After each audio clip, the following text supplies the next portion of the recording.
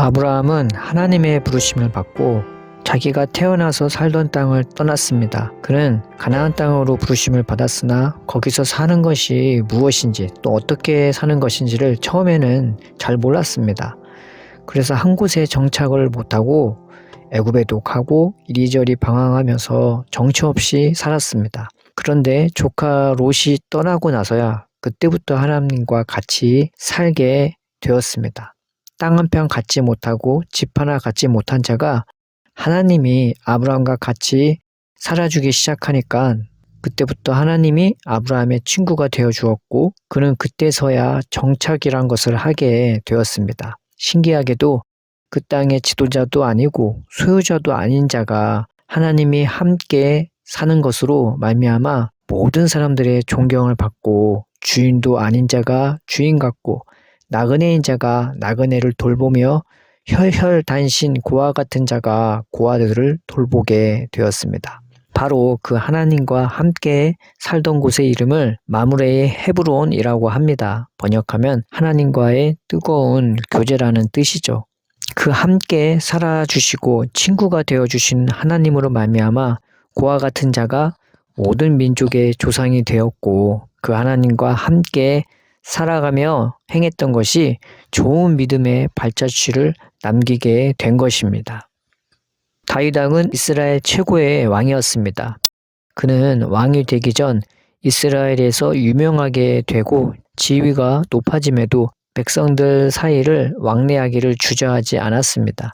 그래서 더 백성들에게 인기가 많았습니다. 그러나 사울왕의 시기를 받아 목숨의 위협을 받자 그는 어쩔 수 없이 이리저리 옮겨다니며 방랑 생활을 하게 됩니다. 그런데 그런 다윗에게 사람들이 몰려갔습니다. 분명히 나라가 정한 대역죄인이고 쫓기는 자임에도 불구하고 환난당한 자, 빚진 자, 원통한 자들은 다 다윗에게로 갔습니다. 사울왕도 사람을 찾았죠. 근데 힘세고 용감한 사람을 찾았음에 반하여 다윗은 쫓기는 처지임에도 불구하고 세상에서 천한 자, 쫓김당한 자, 원통한 자, 고난당하는 자들을 받아주었습니다. 그들은 다윗과 함께 살고 함께 먹고 함께 자며 다윗과 함께 쫓기는 처지가 되었습니다.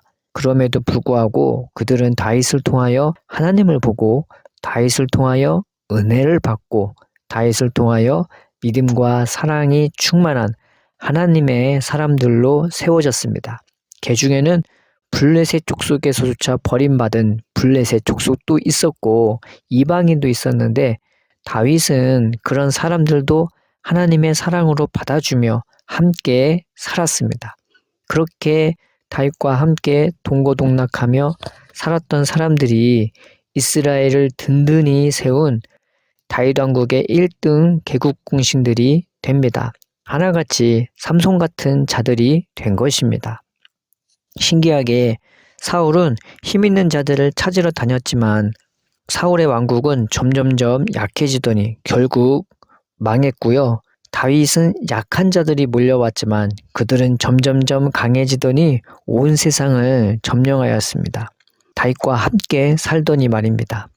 아브라함이 하나님과 함께 살기 시작하면서 변화된 삶을 살고 다윗의 사람들이 다윗과 함께 살면서 변화된 것처럼 예수님의 제자들도 예수님과 함께 살면서 그들은 변화되었습니다.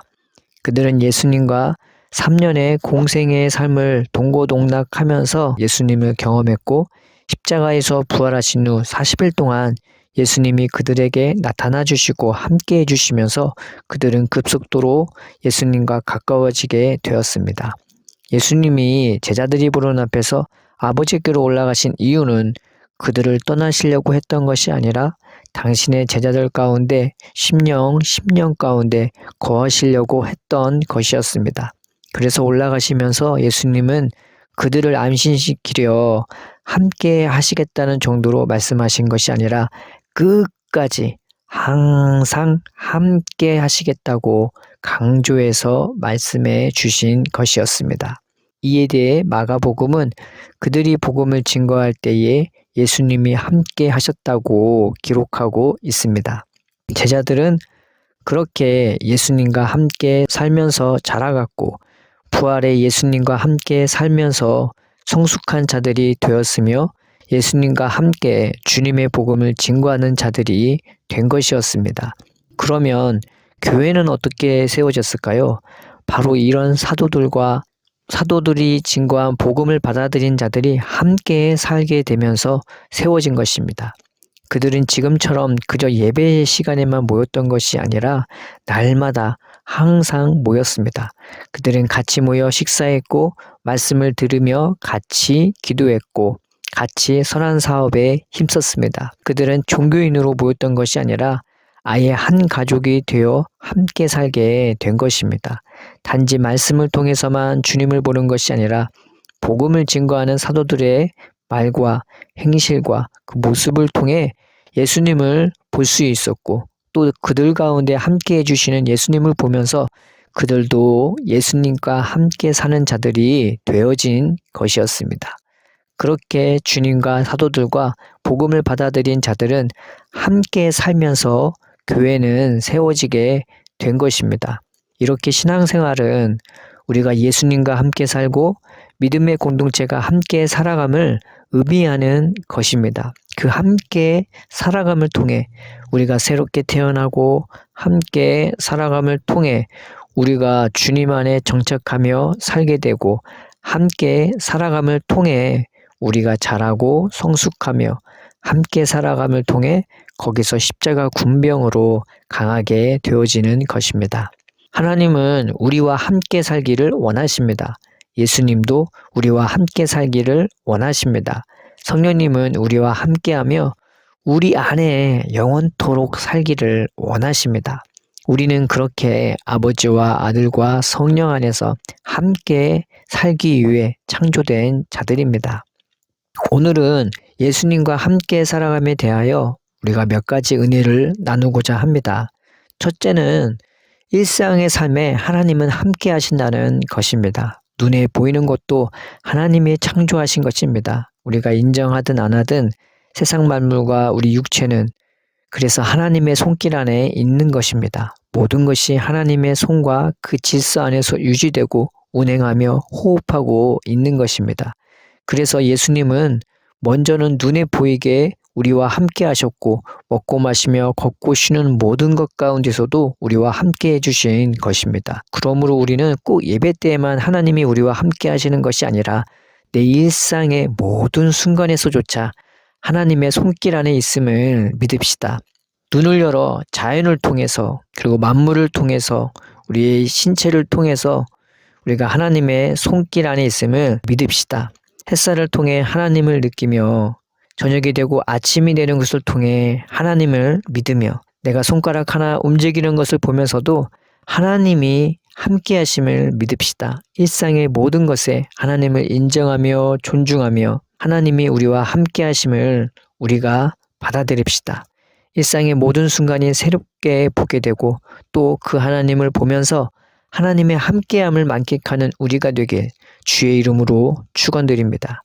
둘째로 우리는 믿음으로 주님과 함께 할 수 있는 자들입니다.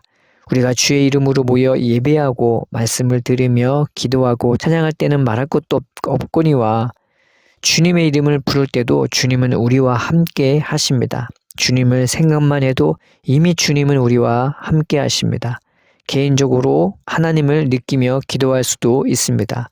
그래서 우리는 생각과 마음과 입술의 고백을 통해서 언제든지 하나님과 함께 할 수 있는 자들입니다.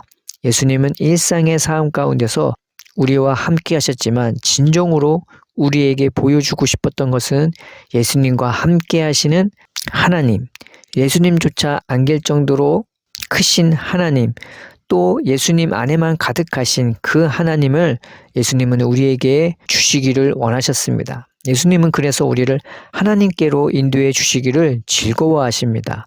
우리의 생각으로, 우리의 마음으로, 우리의 입으로 하나님과 함께하는 기쁨을 맛보게 해주시기를 원하십니다. 우리가 주님을 생각합시다. 하나님을 마음에 품어봅시다. 아버지의 이름을 불러봅시다. 은밀하게 교제하며 그저 주님의 따스함에 안겨보기도 합시다. 성령으로 인도해 주시는 그 하나님의 따스하고 놀라운 친절함에 안겨봅시다. 예수님이 우리를 이렇게 인도해 주시는 것을 좋아하십니다. 비록 옹알이 같은 우리의 고백이라 할지라도 예수님이 인도하시고 성령님이 함께 하시며 아버지가 품어주시니 그 함께 해주시는 은혜 가운데서 우리가 하나님의 자녀로 하나님의 자녀답게 자라게 될 것입니다. 셋째로, 자든지 깨든지 하나님은 우리와 함께 하십니다. 이것은 성경에서 정말 많이 증거되고 있는 것입니다. 야곱은 어쩔 수 없이 고향 땅 가나안을 떠나는 중에 하나님은 야곱에게 나타나셨습니다. 네가 돌아올 때까지 내가 너를 떠나지 않으리라 말씀해 주셨습니다. 시편 121편에는 여호와는 자지도 않고 졸지도 않고 항상 우리를 살피며 지켜주는 자라고 말씀하였습니다. 또 하나님은 많은 자들에게 성경 여러 곳에 걸쳐 두려워하지 말라 내가 너와 함께함이라고 말씀하시고 계십니다. 하나님은 결단코 우리를 떠나지 아니하십니다. 내가 자든지 깨든지 하나님은 항상 함께 하십니다. 내가 좋을 때나 나쁠 때나 함께 하십니다. 내가 믿음이 좋든 믿음이 약하거나 떨어질 때조차 함께 하십니다. 우리는 우리가 기도 좀 하고 은혜 생활을 할 때에는 하나님이 나와 함께 하심을 당당하게 고백하고 감사하지만 희한하게 좀 기도를 안 하거나 못하거나 은혜 생활을 못하거나 하면 하나님이 나와 함께 하신다는 사실에 대하여 머뭇머뭇거리거나 하나님께 미안해하거나 때로는 생각하는 것조차 부담스러워하기도 합니다. 그러나 하나님은 언제나 어디서나 어떤 상황에나 결단코 우리를 떠나지 아니하십니다. 그러므로 우리는 언제든지 어떤 상황에서든지 하나님이 우리와 항상 함께 하심을 믿읍시다. 넷째로, 우리와 하나님의 관계는 계약 관계입니다. 그래서 좋든 싫든 간에 함께 살아야 합니다. 부부가 서로 사랑하며 사는 것은 기본이지만 그럼에도 그들이 함께 사는 이유는 계약 관계이기 때문입니다. 가족들이 알고 친구, 친지, 지인 관계가 알며 법적으로도 도장이 찍힌 관계입니다. 좀 싫어졌다고, 좀 소원해졌다고 함께하지 않거나 만나지 않는다면 그것은 그저 가벼운 연애 관계일 뿐입니다. 쉬운 관계야 그렇겠지만 하지만 연인 관계도 그리 쉽게 깨지는 것은 아니지 않습니까? 서로 간에 언약으로 맺어진 결혼 관계는 어떻겠습니까? 더군다나 예수님 피로 계약 맺은 우리는 얼마나 더 깨지기 힘든 계약 관계이겠습니까? 하나님과 우리의 관계가 그러합니다.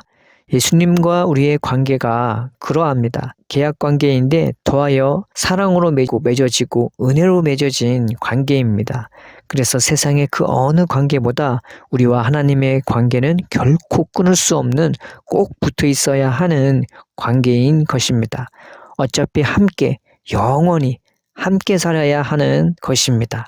하나님은 이렇게 눈에 보이는 것을 통해서도 우리와 함께 해주시고 믿음을 통해서도 우리와 함께 해주시며 또 말씀을 통하여 언제나 어떤 상황에서나 우리와 함께 해주심을 알려주시면서 더하여 아예 계약을 맺어주신 것을 통해 우리로 담대하게 혹 자신을 추스리고 하나님과 같이 살게 해주시는 분이십니다.